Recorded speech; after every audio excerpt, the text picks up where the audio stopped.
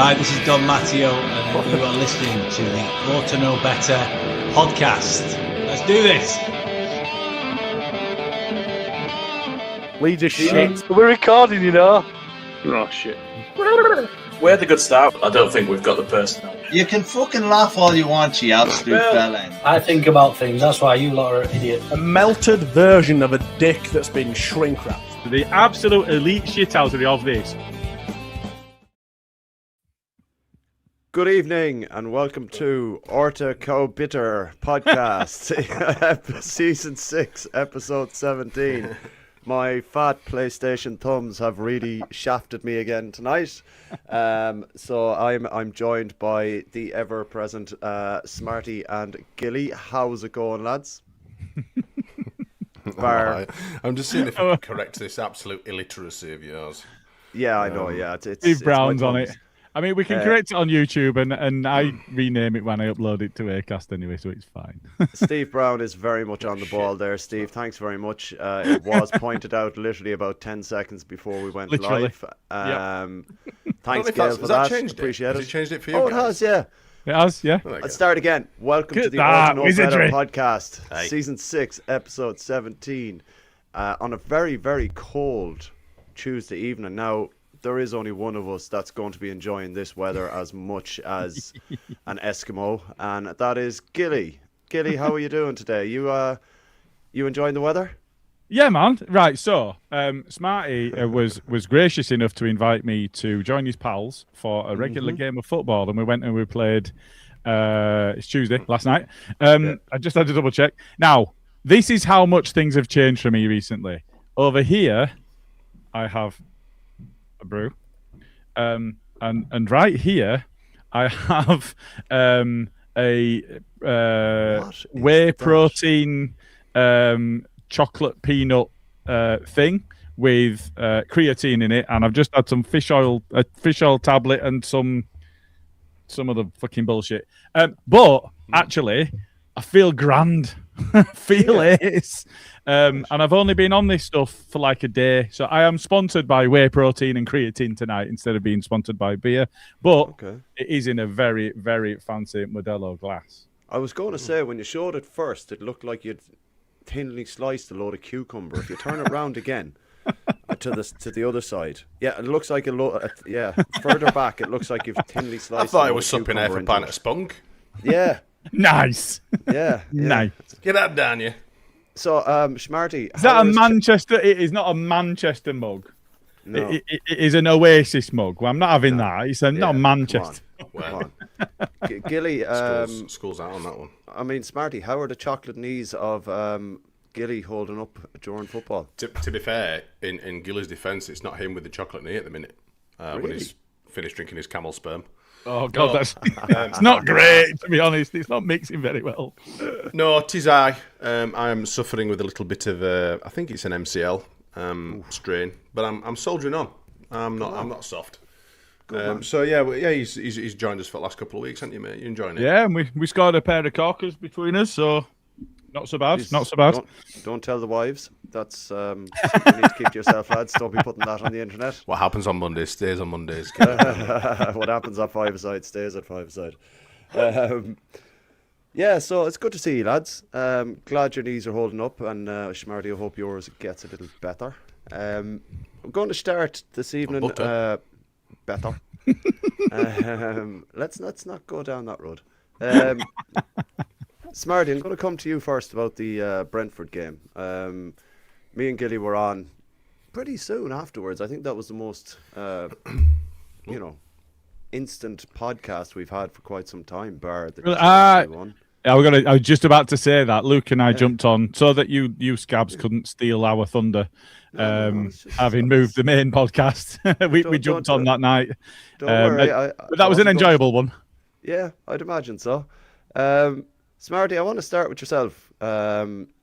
What do you think the game overall, and do you think VAR is a twat and penno for Brentford? Ooh, that's quite an introductory question, or selected set of questions.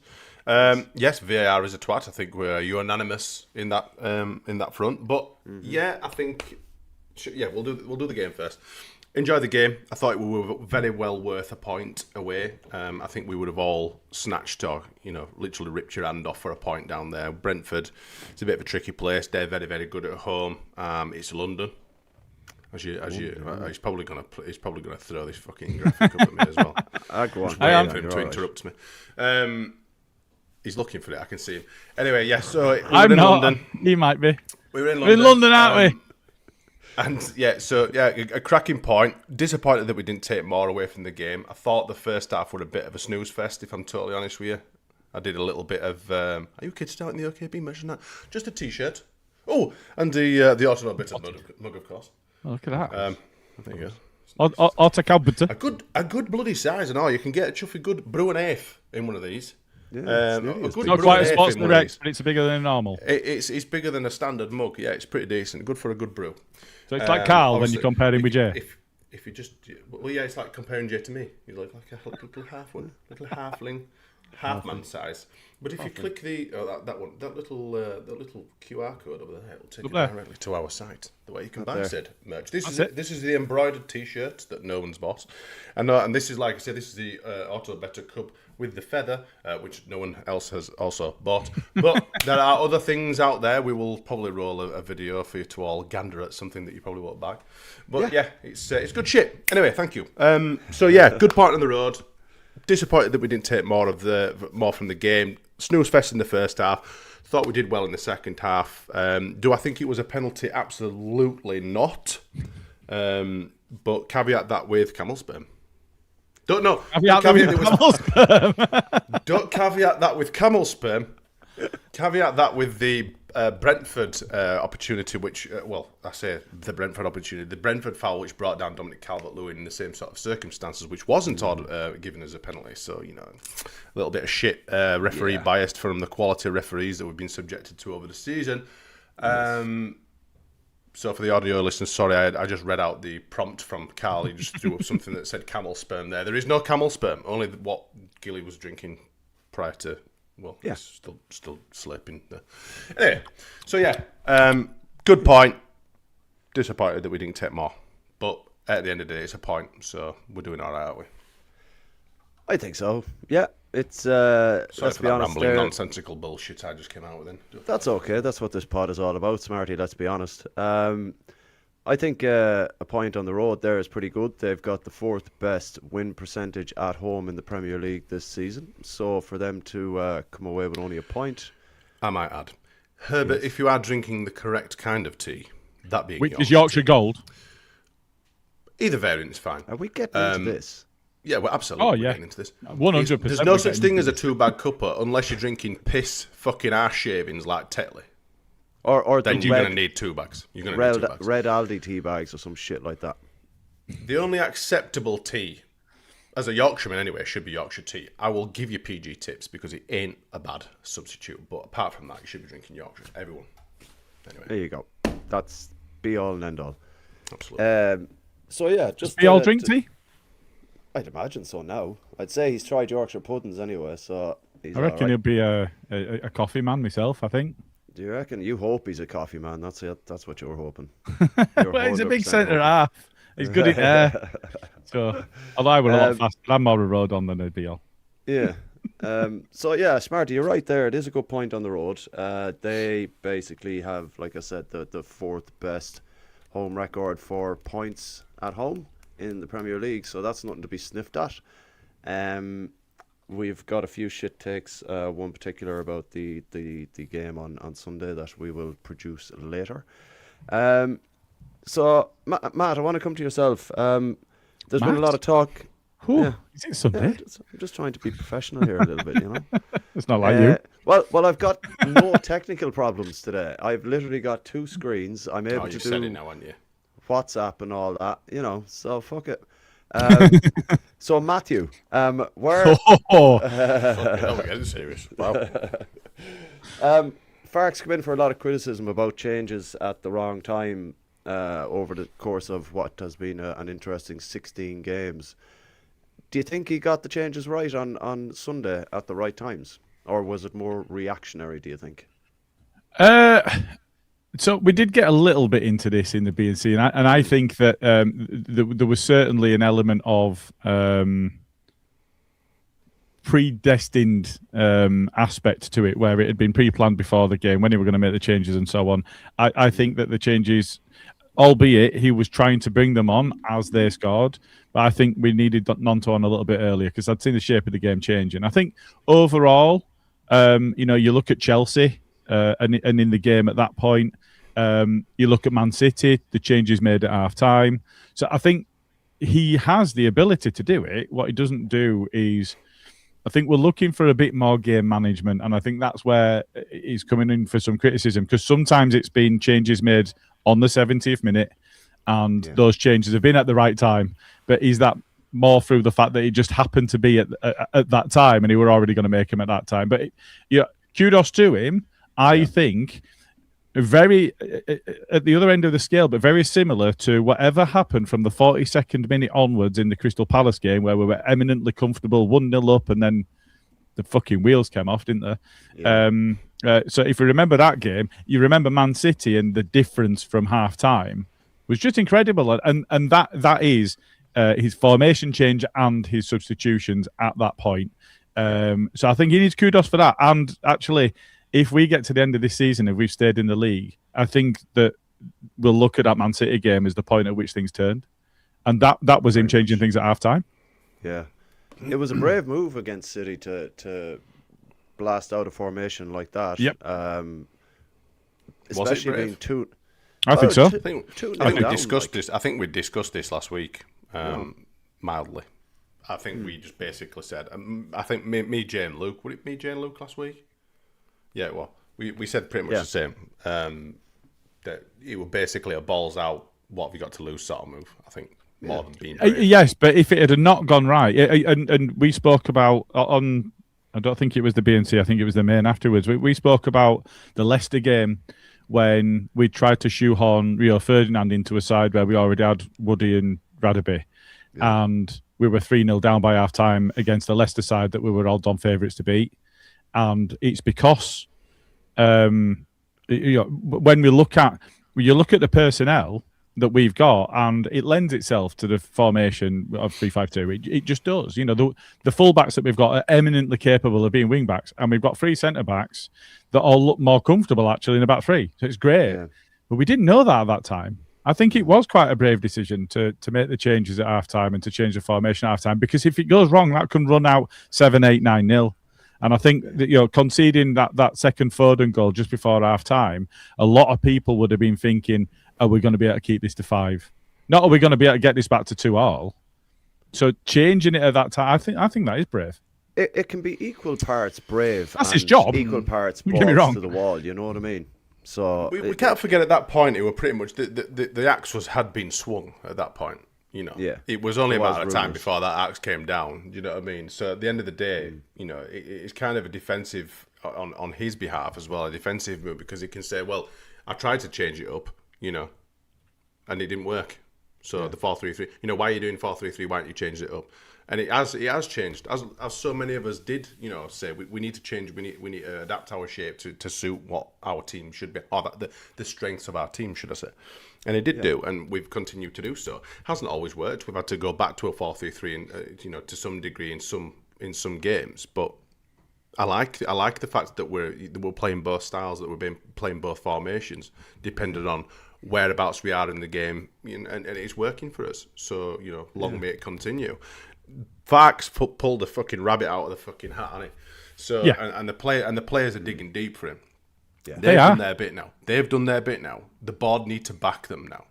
They need to give him a little bit more, a bolstered attack line. Really, they need to back Fark. They need to back the squad to stand any chance of surviving this league, because it's fucking brutal, and we're not out of the frigging shit yet.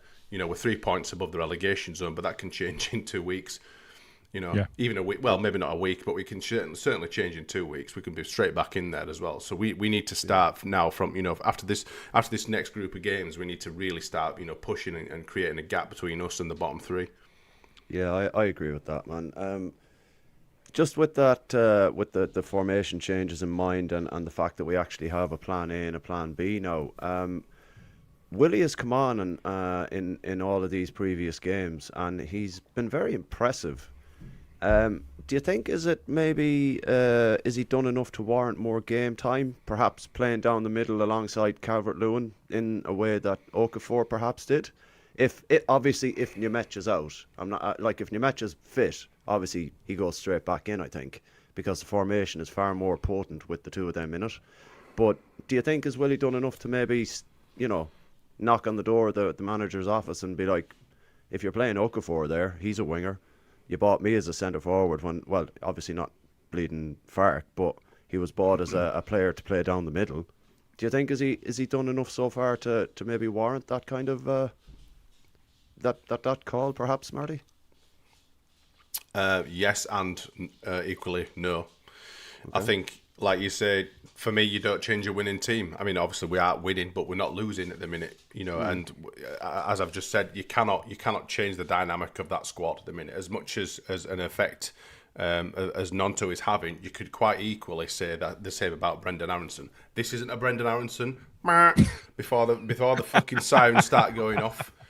I'm just saying that, Gilly, to caveat that some appearances from our substitutes have helped us along in the performances, whether you like them or not. So, yeah, he probably has done enough to get a start, but at the end of the day, we're doing well without him, and he's doing well as an impact sub.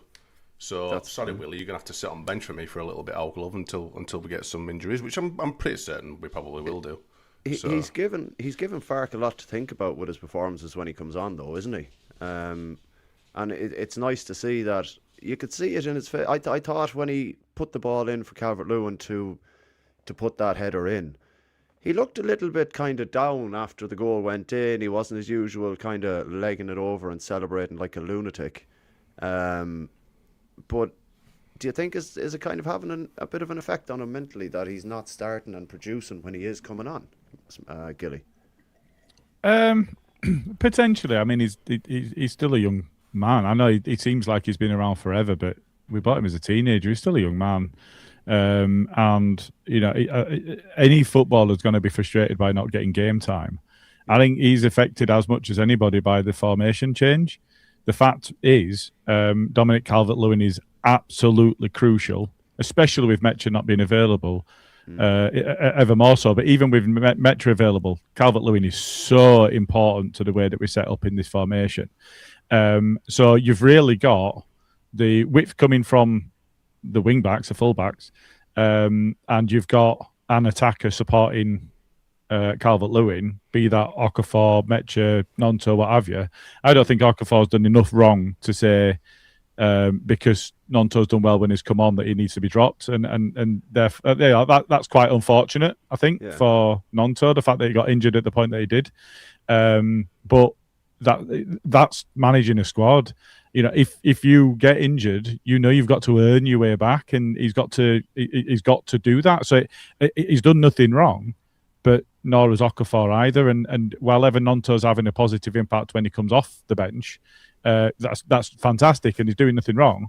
He's got to wait for his opportunity for a start, and that might be a quick turnaround of games. It might be Okafor having a bit of a strain.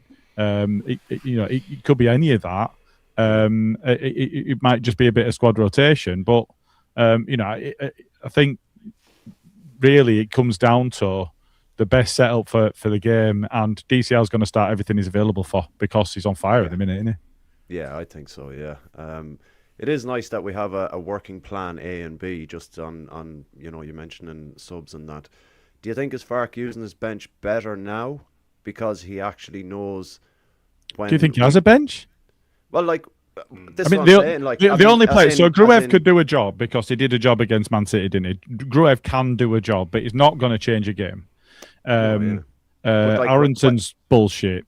Nonto is, Pirro's not changing a game.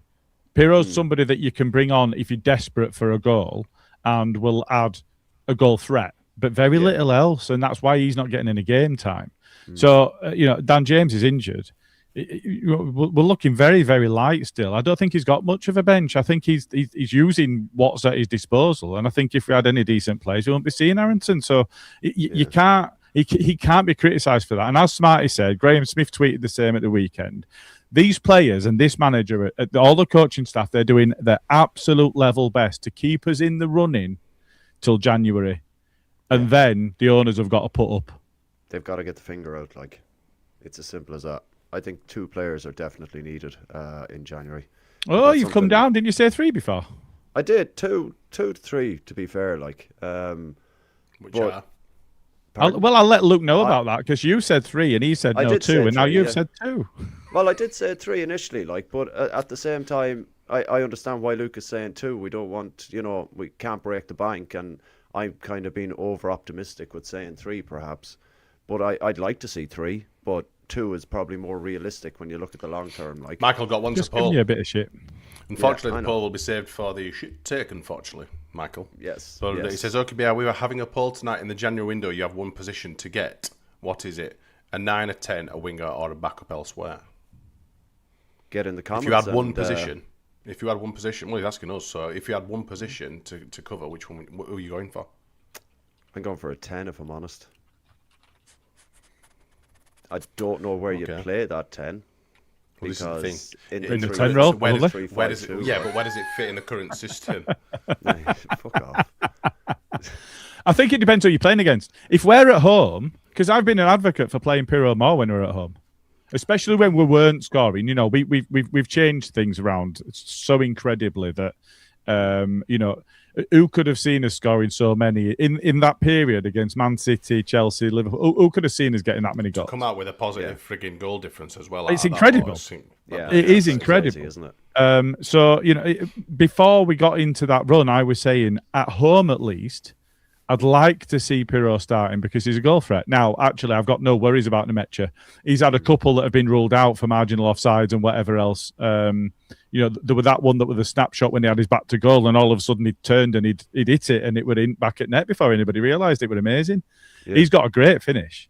We've seen him score, and he's very cool. So the fact that he has got a good finish on him, and he's got that athleticism, and he'll occupy defenders.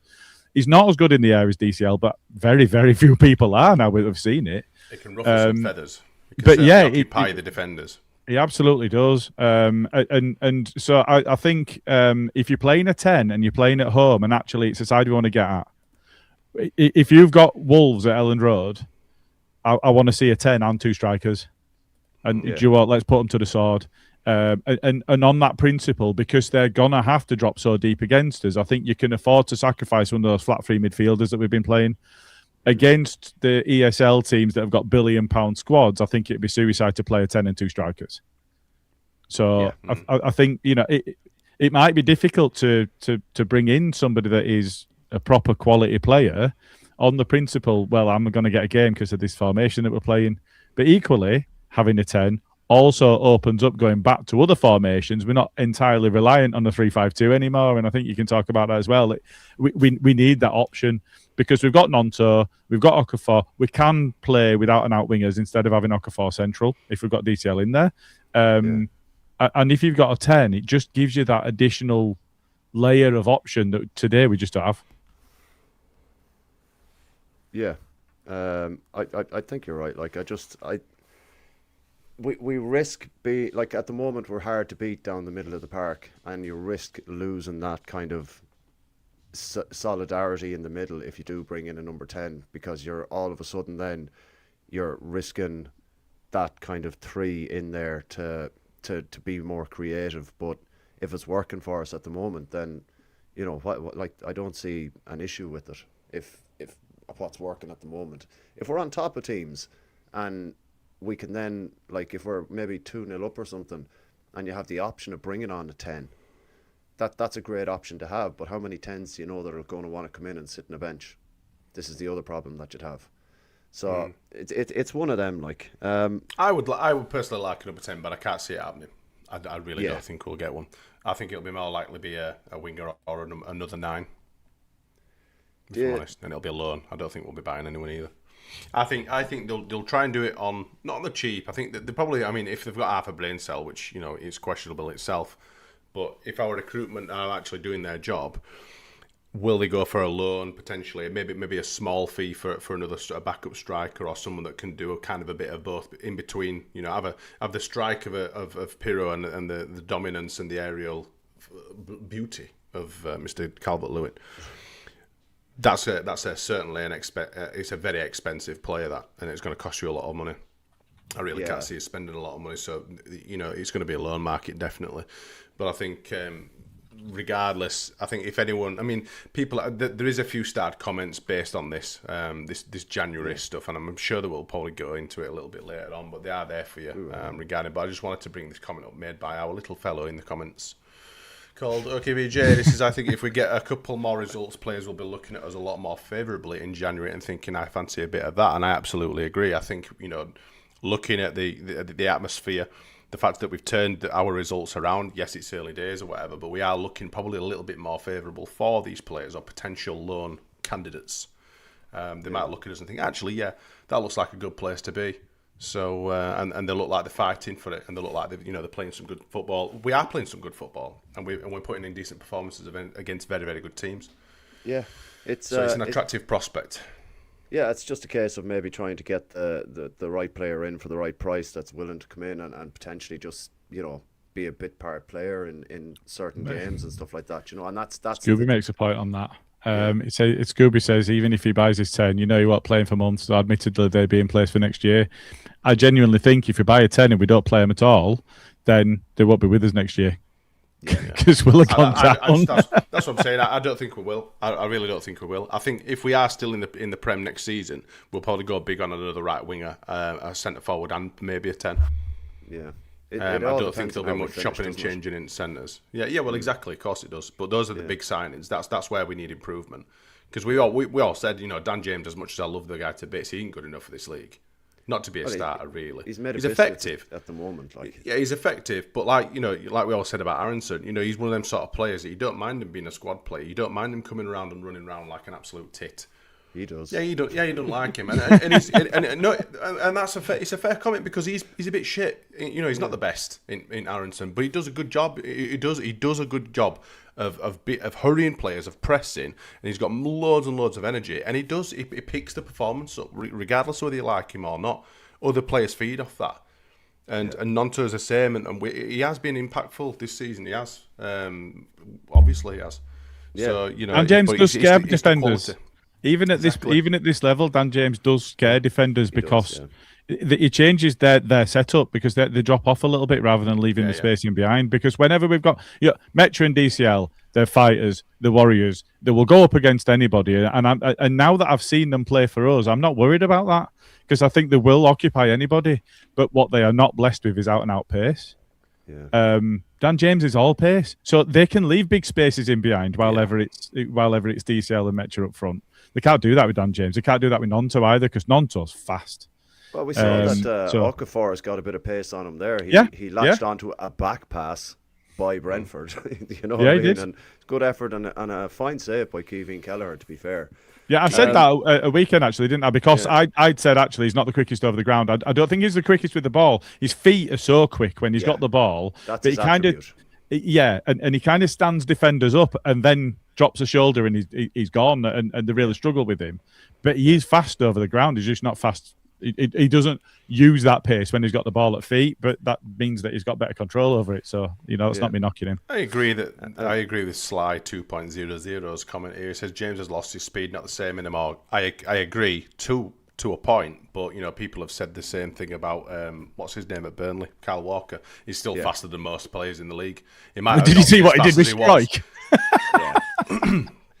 He might not be as fast as he was, but they're still a lot fucking faster. An old chuffing cheater is still going to outpace a lot of other fucking things, isn't it? So it's one of them. We'll just move quickly on to the second half, lads, and we'll finish up the Brentford chat.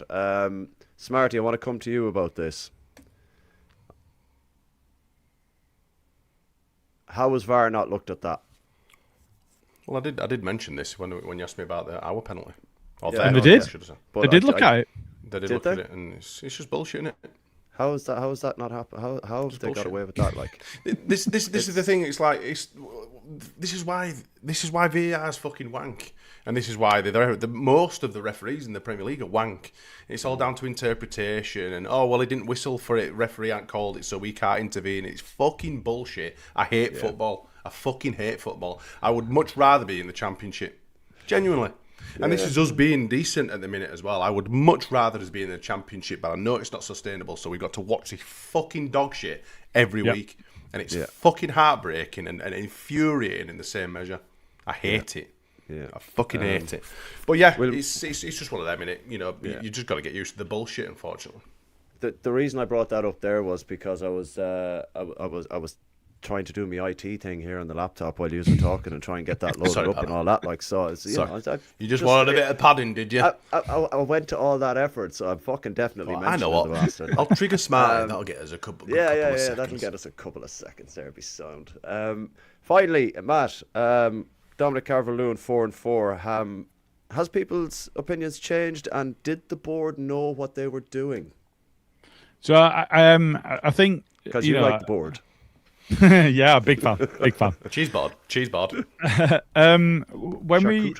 When we signed Tanaka and nobody that had played at the Championship level or above before, and we did so for less than what was it? Was it about 2.3 million or something? We signed him for. 2.9, I think 2.9. Then I was really disappointed because I saw that as a gamble.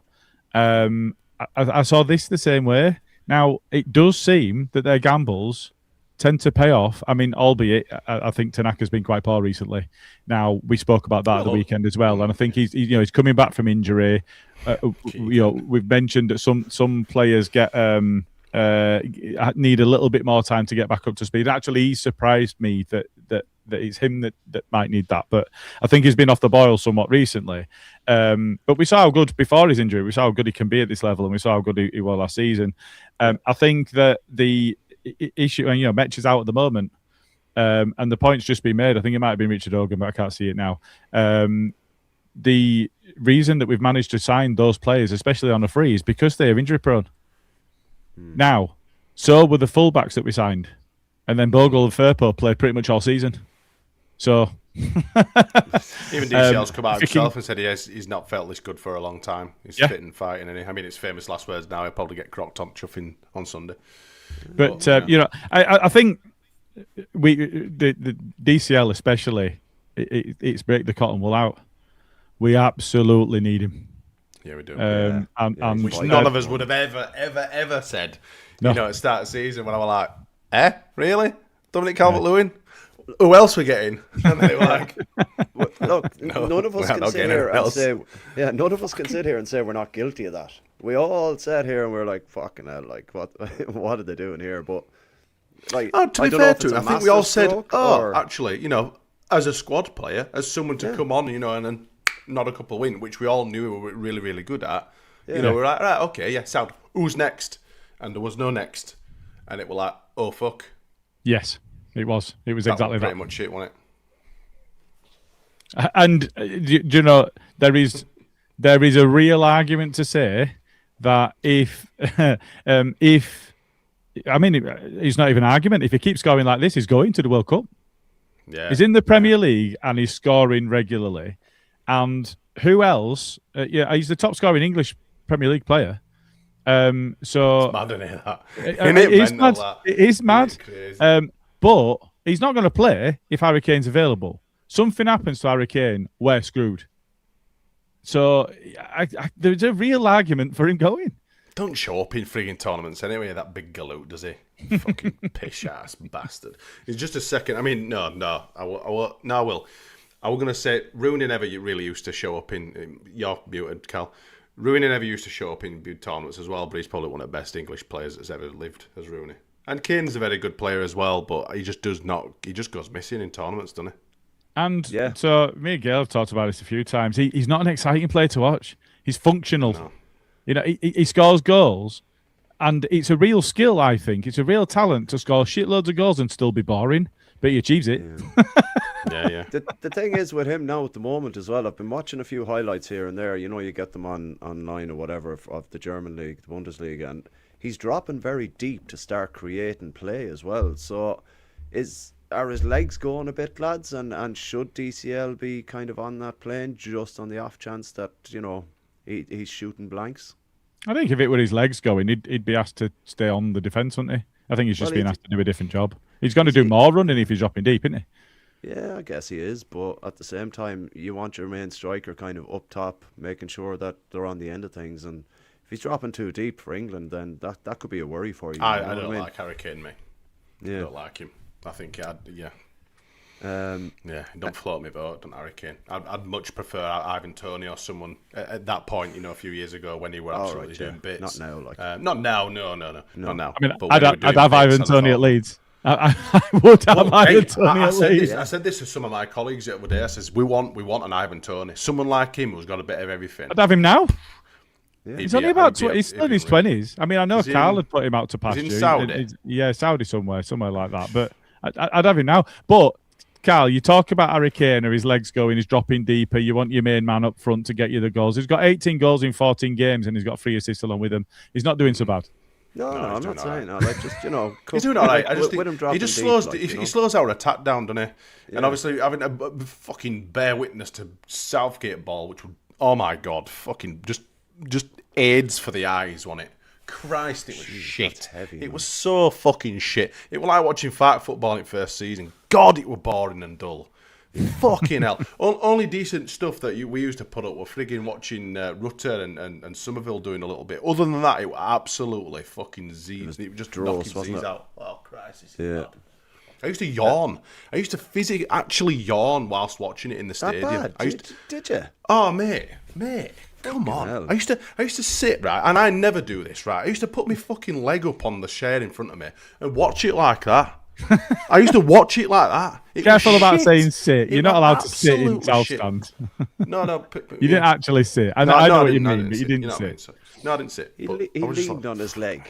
That was it. I leant on my leg, yeah. Yeah. Anyway, look, we've talked enough shite about Brentford. We've already done a full fucking pod about the bleeding thing. Your fault, you're roasting. We've kind of touched on internationals when it comes to DCL in England, though, and there is another aspect. I don't know if you've seen that. I've just put something into the media assets in terms of internationals because the AFCON is upon us. Okay. And there are some teams more affected than others. Shall I bring it up? Yeah, go for it. Assuming that's it. It is. So Sunderland lose Siddiqui, Masuaki, Mandava, Traore, Talbi and Diarra. Brentford loft into someone else. I've what? They have, haven't they? In fact, Brentford and Man City got Everton's badge. What the fucking hell's going on here? I did use AI. In the wrong location. Tottenham have City's badge. But yeah, I messed it up. It's duplicated, and I messed it up because I told it to do the scum and to put an X through the badge because I didn't want the badge on properly. And I wasn't going to give him a proper name, so I've screwed it by asking that. But Sunderland especially, that's you take 6 players out of any squad, and they won't be going if they were injured. So they are active players in their squad. Surely they can't help but be impacted by that. I know Sunderland have done really well to get the points on the board that they have so far, don't get me wrong. But Burnley losing 3, Fulham losing 3, Brentford losing 2. It's a shame Bournemouth aren't losing 5 or 6. But those sides are around us. Man, and Buemo is gone as well, and we played them on the 4th as well. So that's kind of a treat there, And what's the other guy that's gone? I can't remember the other guy that's gone as well for Scum. He's quite a regular starter for them. I don't care to know their team that well. So the next couple of games could be quite good for us if we can get our head around it. We just need to kick lumps out of Xhaka and just beat Scum at home. It's a shame it's not on January 3rd. We could be fucking singing that song properly this time as a Premier League club. But we can change it to the 4th. Look, we'll move on and we'll do this particular part and go with that. Hey, has got a shit tick this week, my little spat of fact.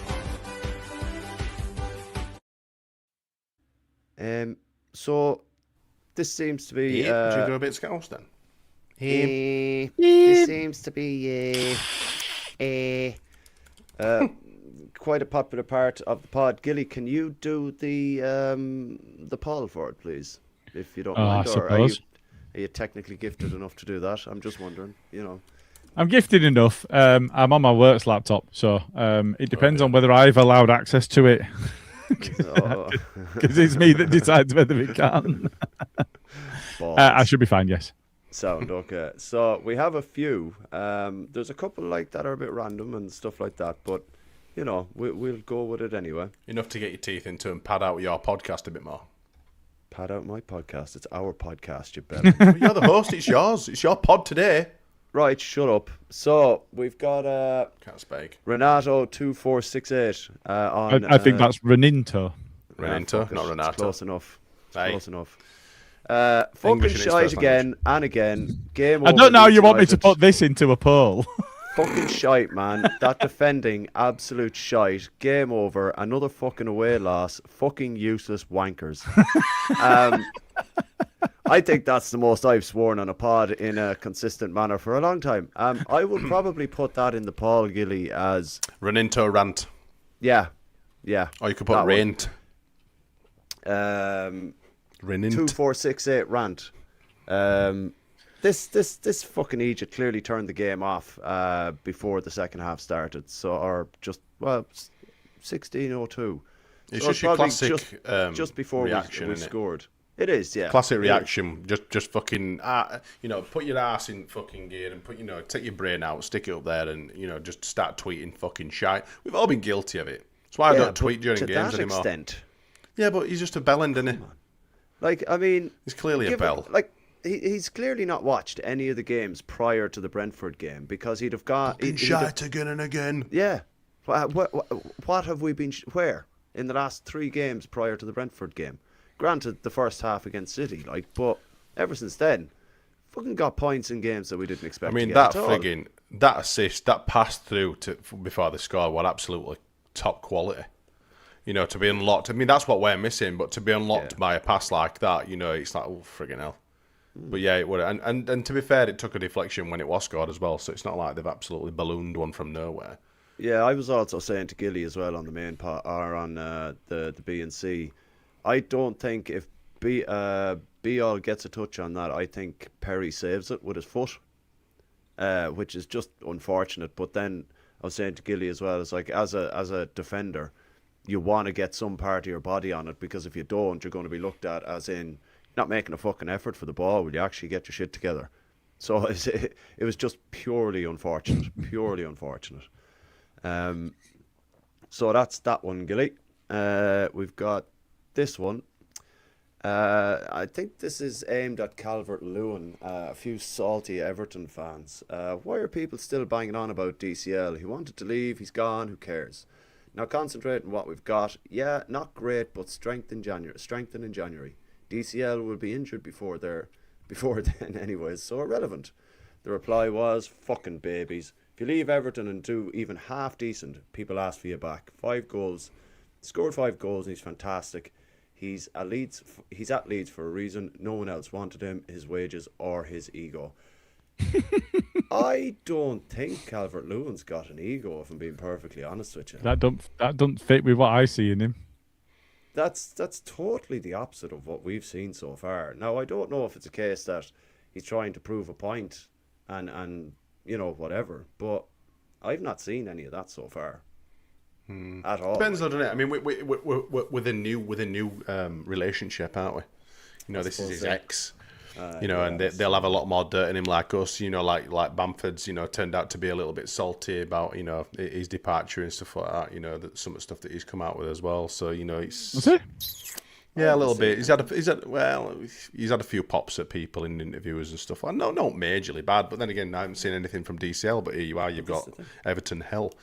They'll probably know more, won't they? Yeah. So we'll see. Time will tell. Time will tell. I think that's a shite take anyway, and that's why it's in there. Third one.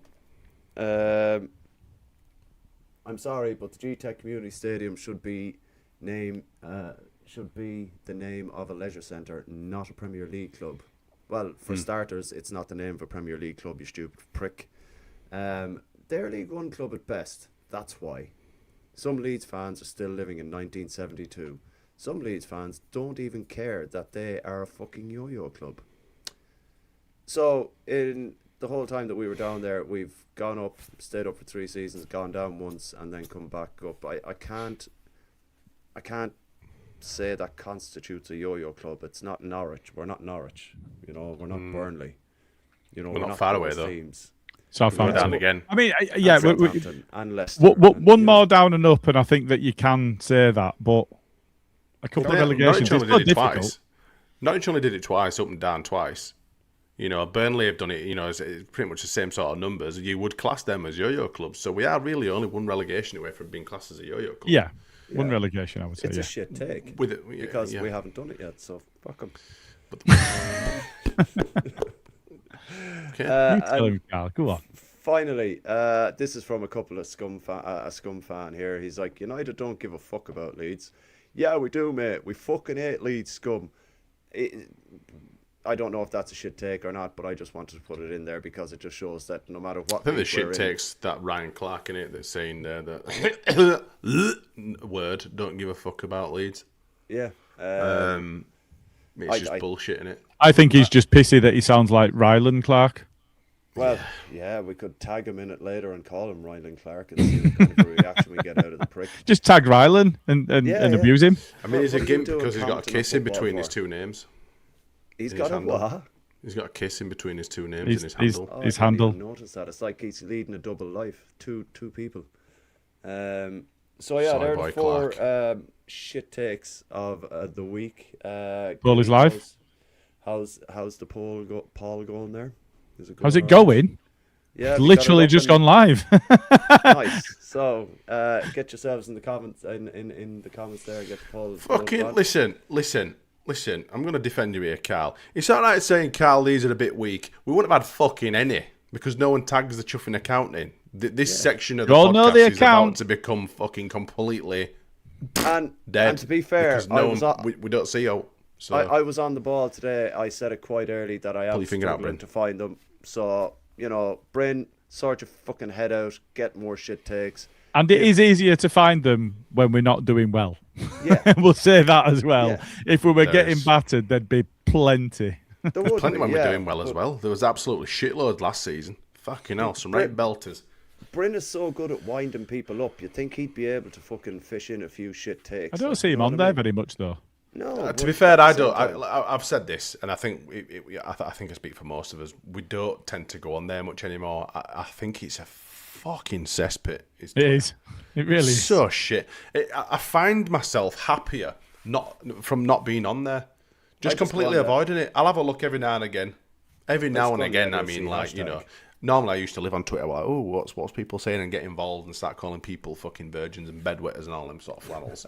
And I don't do it anymore because I just think I fucking don't have energy for it. Yeah. Just fucking dicks. Just dickheads with new accounts that don't have a fuck. The majority of them don't have a fucking clue what they're talking about. And I'm not saying I do, but I'd like to have. I think I have a relatively good grasp of how football is played, and I go to games and stuff like that. I'm not saying I'm a super fan, although I'm an entitled season ticket holder. Ugly. Yes, you are. I will But shake your apart, hand I like to think I virtually. have a good solid grasp about it all. And there's some people out there, like we say with these shit takes and stuff, you just think, fuck me, what do you watch? Like, Jesus Christ. I know, yeah. That's why we call them out, though. To be fair, you know what I mean. Fuck them. People do get pissy though when you tag shit takes. People do get. they do. it- Oh, it- yeah, but yeah, they do. People the hate thing it. is, It's not a shit take. It's not a shit take. It's not even a take, is that? Is it not? when we start when one of us Why are you tags looking at at porn? shit takes, we always screenshot. So it doesn't matter if you get tagged in that; it gets screenshotted the minute you get tagged. So it's We have going learned. nowhere. We have So- learned. If your opinions are shit, be aware they will be screenshot as well. So tough. Right. On to Palace.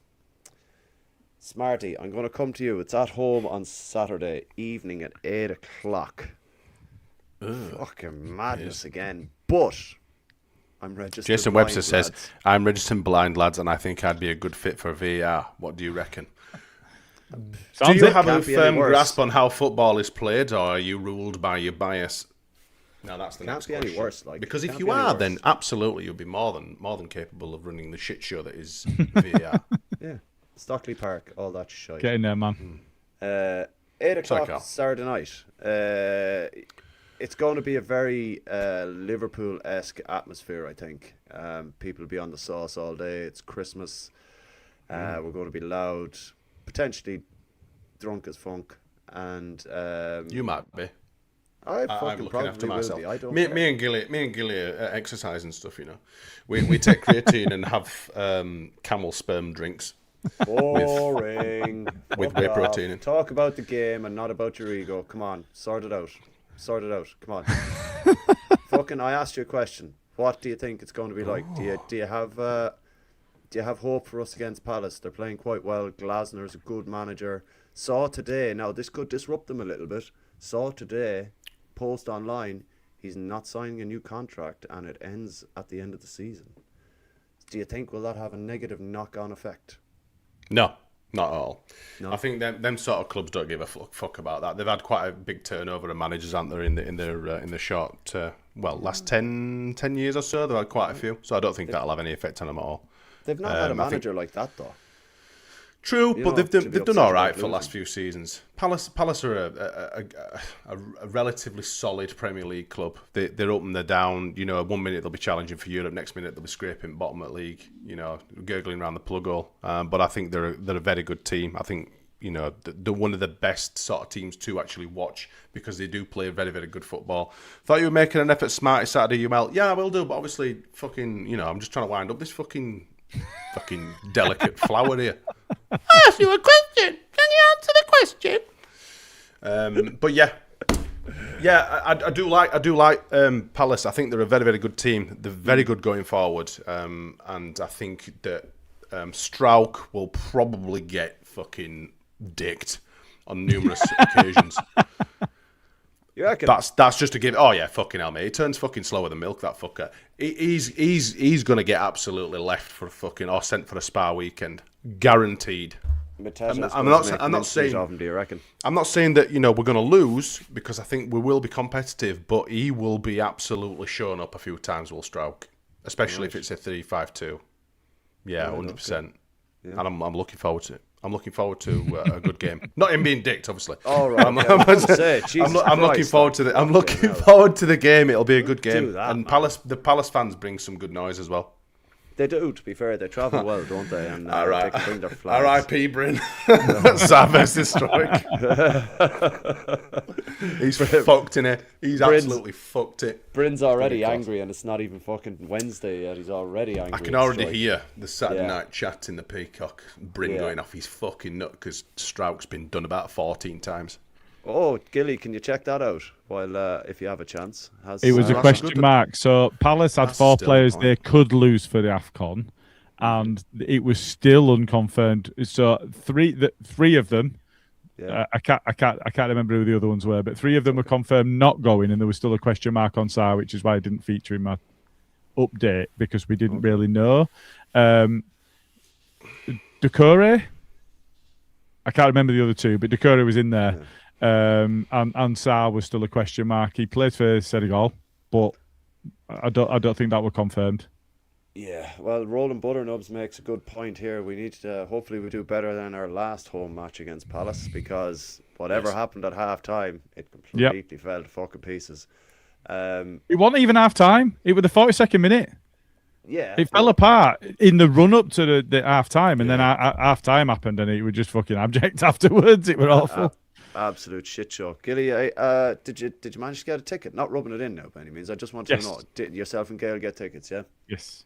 Sound. So you'll be in the Peacock for a few pints Saturday for the first time in God knows how long. We failed against the Scum today. I think we got Palace. Yeah, fairly sure we got Palace tickets. Okay, perfect. Are you looking forward to it? I am. I think it'll have more of a feel. I know context around what day and whatever else, but I think it'll have a great feel of Chelsea about it. And it's a side coming from the capital. It's gonna be rocking. It's absolutely gonna be bouncing. And I think if we can set about them in the way that we did set about Chelsea. Chelsea came as heavy favourites because of where they were in the league. Palace I don't think are heavy favourites because of our home form, but they're fifth. So I think we're in that position where I think that we will probably be slight favourites, ever so slight favourites for it because of our home form. And I think if we can just get a foothold in the game early on, not necessarily score early on, although that'd be nice. I think the first goal isn't important. I don't like scoring early, me. I don't like it. And I think in this formation, the way that things get going, what we did against Chelsea, they pegged us back at 2-1, and normally what we would have done as a crowd is go, oh, fuck. Shit. And we didn't. And we doubled down. Yeah. He made some changes. Then we scored another one, and we're like, fucking hell, this is easy. So I don't know. I get where you're coming from. If you score the first goal of the game in the 96th minute, it's unlikely you're going to get beat. But I don't know. I think given what the crowd will do if we get an early goal, but even then, if Ampadu puts in a massive challenge in middle of the park and we have a couple of really good chances early on, I think that the place will be bouncing anyway. But then it'll, the roof will come off, and I just think that atmosphere. Well, a lot of other fan bases, I don't know if you've seen it, but a lot of other fan bases have said that ours is unmatched. Certainly in the Premier League, but just unmatched. Well, there was a Chelsea fan that I saw put out a tweet about the South Stand, and he was like, the South Stand, he said he hates to say it, but he wishes that the shed end at Stamford Bridge was what the South Stand is. Next to the away fans, toxic, hostile, disgusting, nasty, and let's be honest, the Premier League. That's just your row. That's just my row, yeah. Let's be honest, the Premier League is a sanitised gimp fest at the best of times, and I think regardless gimp fest? Regardless of what other clubs say about us and this and that or whatever, it's envy. They say it because they're envious, and they only say it because they'll never admit that the atmosphere that we bring to Ellen Road is 10 times better than any of the sanitized crap that's going around the Premier League at the moment. Like we saw Sunday. Sunday was one of the worst atmospheres I've seen from a home crowd. See, I said this, right? And there were lots of people saying, oh, it was a great atmosphere, we're rocking. I'm like, it sounded shit. Leeds crowd sounded great. I'm saying the home fans, that's the sanitized shite you get, like. And I don't even think that the Leeds fans made that much noise in first half. I think we made enough noise to basically show that there was nearly zero Brentford fans in the ground. I didn't hear them at all. Like, we go flat as well at home. Yeah, the atmospheres are nowhere near. They're nowhere near what they used to be. Atmospheres. No, they're not. They're not. And all matches. You look at Brentford. That's a really small stadium, and I think. You look at how flat the game was, certainly from a home supporter's perspective, it was a really flat game. They expected more of that. And it was really poor. So I think, Ellen Road is the envy of the league, but even then isn't what it was before. And it has become sanitised to a certain extent. I think there's been aspects where the club has had to act. There was the Solomon chant. People weren't happy about being told that they couldn't chant it anymore. There's a Chelsea chant. I don't need to say which ones they are. Do it. There you. But the club has did the Brighton one as well. Yeah, and the Brighton one. So the club has said, don't do that. And I think that's because they've been told that they must act and they must control the fans. I think what really galls, and there's been a lot of this week, but what really galls is when week in, week out, other fan bases can turn up and chant about Savile and whatever else, and nothing happens. Now, it's not nothing happens anymore because there has been a charge this week. So it'll be interesting to see how that goes. Was that not about Galatasaray? I didn't think it had been released as to what the tragedy chanting had been. Right. Okay. My only thought based on that is the fact that nothing ever has ever been done regarding the Savile chanting, and I would like to know. I would like to understand or question the club as to whether they actually do, and have obviously said something and questioned whoever they need to question about saying something to the away fans and putting something out there, because at the end of the day it is whether you agree with this or not, the Savile chanting is tragedy chanting. Yeah, absolutely. What that guy did was absolutely monstrous and horrendous. Yeah. And he did it in horrible. Leeds, and there will be directly and indirectly untold numbers of people in that crowd affected by that, by what happened. So I think it absolutely fits all criterion for it being tragedy chanting. It's disgusting. It's despicable. It turns the stomach when you actually think about it, rather than it just being something we have to put up every home game. But when it's you never think questioned. it's disgusting. No, it's like everything else is done. Like if we talk about Brighton, reputation, whatever the case may be, or Chelsea and what reputation's that? But they like the same. Reputation's kind of a strange way to put Keir it, Karl. Starmer likes and stuff like that. You know what I mean? Yeah.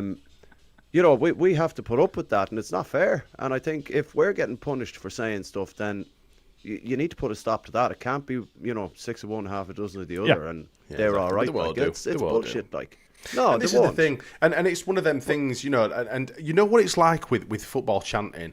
As soon as you get a glimmer of something, the only thing you have to respond is something of equal measure. So regardless of what it is, in Manchester United, they're the fucking, honestly, some of the stuff that you think, the scum bastards. Better. At least he said sorry. Manchester United. I did say Manchester United. I won't call them fucking anything else. On this occasion. It's only ever happened once. I'm not on this show, mate. I'd say fuck right off. Yeah, no, that's worse. You were representing us elsewhere. Yeah. But it's all right. Anyway. Carl did it as well. And Adam did it, and Jay did it, and Luke did it, and I'm the last man standing. You fucking do it sometime, I guarantee it. But you just think that obviously our response to most stuff, with regards to the scum, that is pretty. I mean, regardless of what you think, it's pretty bad. It's bad. But fucking, it's all you've got in it, and you just think, fuck it. So that little devil on your shoulder just goes, go on, start singing it, go on, and you're thinking, fucking, I'm just gonna fucking, and it just usually starts kicking boiling over then. Whether it's Brighton or Chelsea. To be fair, Chelsea didn't get any of the usual chanting, which was a marked improvement, I might say. But I will not say the same thing will happen January the 4th. No. So, the thing I would say on that is, I don't partake in any of that and never have. I do with this one. That one is. Oh, yeah. Oh, no, that's a brilliant chant. But she did say no. The other one did say no. And he sucks his daughter's toes. I mean, they need to be told. Yeah. Team full of fucking weirdos. Absolutely right. Yeah. There's no lies in that. That's all fact. Posh by being a slapper and all that jazz as well. I like that one, man. It's not been done for a long time. Yeah, but I might get it going on. Oh, we'll hear it in New Year. Don't you worry. I might do. But that follow chant is brilliant. I'll be having some of that. Absolutely. So I just wanted.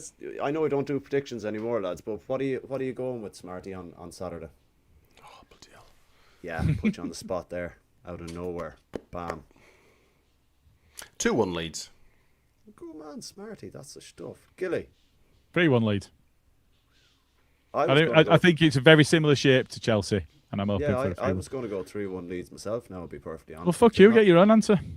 But I can't. Okay, I'll go 1-0 then. Oh, no, I'm not happy with 1-0. Go back to 3-1. I can't put up with 1-0. 3-1, yeah, there you go. So we can agree to disagree that I'm not stealing your results or anything like that, okay? So that's grand. I just wanted to ask you just one more question before we move on to the poll results, and then we do our AMC spot as well. Overall, were you expecting December to be as fruitful as it has been, Smarty? No. And Gilly, what about yourself? Because Gilly, you'll elaborate a little bit more on it, I think, than Smarty. Well, yeah, you asked me a plain and specific question, and I said no. It's a close question, Karl. Further, I could. I've already answered. My answer was no. Oh, you're a fucking bunch of bellends. Right, okay, we'll get into the poll then. What was the crack there? I ended it yet. Without doing it to death. No, I think everyone thought after Manchester, halfway through the Man City game that he would done, and that was it. We're going to get some fucking cabbage to come and manage us, but he's turned it round. And we've already said to come out of the games that we have done with a positive goal difference, and we're undefeated. Fucking big win. So exactly, and we can do it again Saturday then, and it'll be a happy Christmas. So, Sark, if obviously we've not been able to check it, but we've seen a few comments about Sarah's gone. I don't think he started the last game, but that might have been in preparation for not having him. So you don't know what the reason around that is, but I think it will be a good game, but I think that we'll edge it. Or I hope that we do. I think that I'm hoping for it to have a similar shape to Chelsea, as I said, and that we get something a bit early on. And I think that if we do that and the place is rocking, it'll be a very, very, and they are good, but it'll be a very, very good team that comes through that and comes away with anything against us this season, or at least in this rich vein of form at home, at least. So I think if we can. So one of the things that Bryn said was, I hope Stroke's not up against Euro then. He likely will be. And that is a bit of a concern. However, with the way that we match up in terms of formation, unless they pull something completely different out of the bag to try and counter our 3-5-2, whatever that might be, and Glasgow's got that in his locker, so they might well do. But I really do think that the formation lends itself to Rodon being able to be that spare man, and it gives us that security. With Biol and Stroik not being the quickest, it gives us that additional layer of security because Rodon's just brilliant and he knows where to be at any given time. So I don't think that there's any danger of us being out-muscled. I was just about to do it. I just didn't want to interrupt his little spiel there. I was going It's to well do worth it, an but interruption. This is absolutely this. I'm wearing a New York City hat, and this absolutely shows that I don't hate him because he's American. I only hate him because he's fucking shite. Okay. Anyway, there you go. I'm glad you could clear that up, Gilly. We weren't sure, Yeah. No, I think it's. I'm hoping it's got a similar. I don't think they'll be as lackluster as Chelsea were. I think Chelsea turned up expecting to win, and that was their undoing, really. And I don't think Palace will set up in that way, but I think if we get an early goal, we can have the same shape of game. Yeah, I think that's fair assessment. Would you like to try and give that another go, Smarty, or are you all right with just the no? Well, I did elaborate slightly, so yeah, that's fine. All right, fair enough. Gilly, what's the crack with the ball there, man? So Chit Takes this week, we had, so this is in reverse order, 5% for Scum8 Leeds Scum. We had 10% for Yo-Yo Leeds. For Raninto's Rant, we had, which was just called fucking shy. I just dropped a couple of the vowels out. We had 30%. And the winner, with a winning margin of 25%, coming in at a whole 55%, is No One Wants DCL. Because that is shit takes right now, isn't it? Good. The most consistent English striker in the Premier League. Yes, I like it. I like that came on top. Thanks very much for that, Gilly. So what we'll do is we like to throw our Just before we do that, there is another thing that we do. Smarty's wearing it. And there is a bit of a video that Smarty promised early on. So we'll just go into a little bit of You this. ever wanted to wear your questionable football opinions? Now you can. OKB has teamed up with Back4 to make some merch. Start small with an embroidered patch. Stick it anywhere. No, not there. Then there's t-shirts. Multiple designs, colours, sizes. All guaranteed to make your mate say, "You paid money for that." Mugs. No, not Jay and Karl. Actual mugs. For your brew. For your tears. For both. Hoodies. Same deal. Multiple designs, colours, sizes. Ideal for pretending you're fine after getting battered off an ESL team. And snapbacks, because nothing says midlife crisis like flat brimmed confidence. Or no better merch, available now at the Back4 shop. Go on, treat yourself. Or don't, you'll undergrade it later. I enjoyed making that, I saw Smarty's look of disgust when he says the flat back midlife crisis thing. It's just like flat-brimmed confidence. Yeah, there you go. That's what it's all about. It is better than it was the first attempt. Yes, I made yeah, him change it. Jesus Christ. We could have been cancelled completely after the first attempt. Right, has anyone anything else before we go into the AMC stuff or anything like that? No? Okay, so every week we like to throw our support behind Andy's Man Club. It's something that we feel is very near and dear to our hearts. We have Lee Fryer, who we know quite well, and he helps us out with a few things and provides us with certain bits. Sometimes the audio is of chaps that have attended Andy's Man Club, and they've just given the benefits that they've got from it, and it's a nice way to kind of push a thing that is very much on high on the agenda for men between a certain age, and we just like to do it because, you know, everyone needs someone to talk to. So we've got a short video here, and we'd just like to play it, and if you don't mind listening, we appreciate it. Thanks very much. So my journey with AMC started because I lost my friends in 2024 in March. I didn't really know how to deal with it. Turned to drink. That didn't help at all. And I thought, let me just try this. I never really thought of group therapy or counselling, anything like that. I didn't think it was for me. Went there, had a great time. Managed just to be around people who had similar experiences. It was nice to be around that. So I kept going. Just kept going back just to be heard, basically, and appreciated. That's just one of the attendees at Andy's Man Club. Facilitators. Yeah, one of the facilitators, yeah. We don't know who it is, so we're just very grateful that they're open to providing us with that small little clip every week to help raise awareness for men's mental health and how important it is to talk, lads. And we also have a little bit that we do like to read out just so that everyone knows what the story is, where it is, when it's on, stuff like that. So if you're going through a storm or have recently been through one and you're a man over 18, perhaps Andy's Man Club Leeds may be able to help you. We have venues in Horsforth, which is the newest venue, Kirkstall, Pudsey, Central Leeds, Hunslet, Seacroft and Morley. They're open Monday 7 p.m. to 9 p.m. Barring bank holidays, we also run weekly and monthly social events with our aim to get men talking and to smash the stigma around men's mental health. Details of our venues and everything we are doing is at Andy's Man Club Leeds Facebook, so give us a follow and help spread the word. We encourage every man between the ages of 18 and whatever. If you are struggling, please do talk to someone. It's better to talk to someone. Your loved ones would appreciate that more than having a life without you. So yeah, that's basically just something that we like to do, and it's appreciated. The facilitators giving us those small videos, voice notes. So thanks very much for providing those, Lee. Lads, I have absolutely.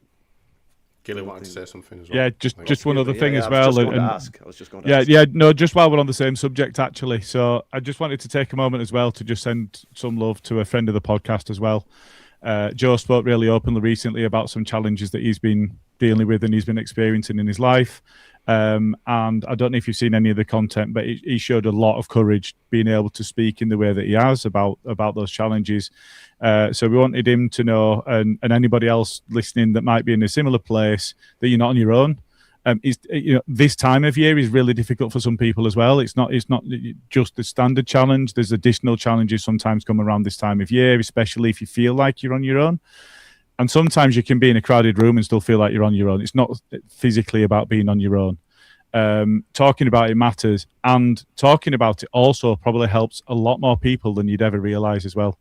Because in talking about it and the strength that Joe's shown, I think that he's shown other people that they can do the same if they're experiencing those challenges. So Joe, I don't know if you're watching, but if you are, we are thinking of you, mate, and take things at your own pace, look after yourself, and know that there's a lot of people that are rooting for you. And anybody else, if you're listening and if you're struggling yourself, reach out. That's friends, that's family, that's us. We are here. There's professional support out there as well. There's no weakness in it. We need to do what AMC says and smash that stigma. It's really important, and at this time of year, possibly more than any other time. So speak to people because it's important, and it's okay to not be okay. Yeah, and the good thing about going down to these clubs as well is, of course, that they don't know you. And sometimes going to speak to the people that don't know you, I don't have any background information, ask questions that probably the people that might know you wouldn't do. They open you up like a can of worms if you want to. If you want to just go in there and sit and listen, or maybe just give a little bit of information or whatever. But they won't absolutely grill you on the spot. You know, they're quite welcoming, and they will open themselves up to you as well. There's so many different stories and stuff that gets floated around, but it's a very, very positive place. You'll be welcomed openly, very warmly. It's just a good place and a good way to get things off your chest if you need to. Yeah, it takes a lot to take that first step, lads, and it's the hardest step you'll probably ever take, but it's the biggest step and the bravest step that you will ever take. So, you know, if you need that kind of lad chat and people that don't know you who can advise in different ways, then your friends who would potentially just be like, you know, saying it as a filler, it's good, you know what I mean? Different opinions, different people to talk to, it's all good. Thanks very much for that, lads. I appreciate all them nice words. It's always good to kind of get that out and to kick the stigma into touch. And on that note, I'd very much like to thank the pair of you for coming along, lads. It's been a pleasure as always. I'm not known for my skills at hosting, but I do appreciate you joining in with my rambling sometimes. And everyone in the comments, thanks very much for coming along as well as normal. Like, subscribe, hit the bell, comment, share, do all the nice things that help the algorithm to get us out there, because, you know, you help us as much as what's the we new like one? to. Is it not a boost or what is it? It's the comment boost thing, you know. I don't know how that works. Super chat. No, not a super chat. No. They can do like fucking hell. What's they're all, it's some sort of new like fad word. I can't remember what it's called. I'm just getting used to like, it. subscribe, and hit the bell and shit, man. I don't even know what the new fad words are. I'm just getting used to that. So yeah, thanks, lads. I will see you both Hype. Saturday. Thank you, Oliver. Hype. See, Oliver's clearly a young man. He knows. It was down with the kids. He knows exactly what I was talking about, because I'm an old man now. I'm fastly approaching 40. I'm catching you two up. Gail messaged me the same and told me it's hype, and Jay knew. It was just us that didn't know. Yeah, and we're the ones that are probably meant to know. So there you go. Lads, thanks very much. Fucking hell, Oliver's 44. Fuck off. Well done. Well, when we can't see him, he probably doesn't. He's a young man. Yeah. To Gilly and to Karl, 44 is young. Yeah, well, I am 44. And Luke, so. who claims he's like 32 and actually looks 55. Jesus. It's a hard paper round. Like, I know I've been told I've had a hard paper round a few times, lads, but fucking hell. No, I'm not from the Stone Age. Thanks very much, Richard. I appreciate the comment. But thanks anyway. I do remember the first YouTube video. Yeah. The very first one. It was Day at the Zoo, wasn't it?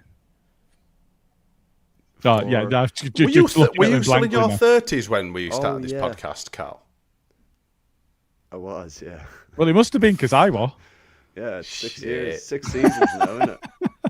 Look what you've done to me, lads. A fucking train wreck here. Wow. Like, I had hair when we started. No, I didn't. No, I can't get away with that. Well, this isn't a fiction podcast, Gilly. Let's not go there. All right. It fucking is. You can stick your facts up your ass. Yeah, well, I don't think they'd fit, but anyway. Thanks very much, lads. I'll see you Saturday for a pint. And did you not want to bother with the star chats, Karl? No, I didn't. But it doesn't matter. Fuck him. I did remind you. I know, it's fine. Just leave him. Let him do it. I just wanted to dovetail it with the. He couldn't name it right at the start. I'm going to bollock him after this, but it's fine. It's fine. It's too late. I'm never hosting again anyway, so I don't give a shit. That's it. Fucking done. It's all to know better. We all to know much better than letting Karl go on with Jay. Luke's calling out bad weathers, and Smarty is no better, and Gilly gets fan mail again. But every time we go live, sharp shit take has been can't speak or even tell the time. It's Moratoy's out of the pram. It's all if I see his mother in we the stands, much better. I'm this gonna crack an egg show for tonight. And if you like these weapons and you don't think that please go check out our merch site. Good night. Little tosser, and I hate him. He's shit. He's average, and he's a shit house.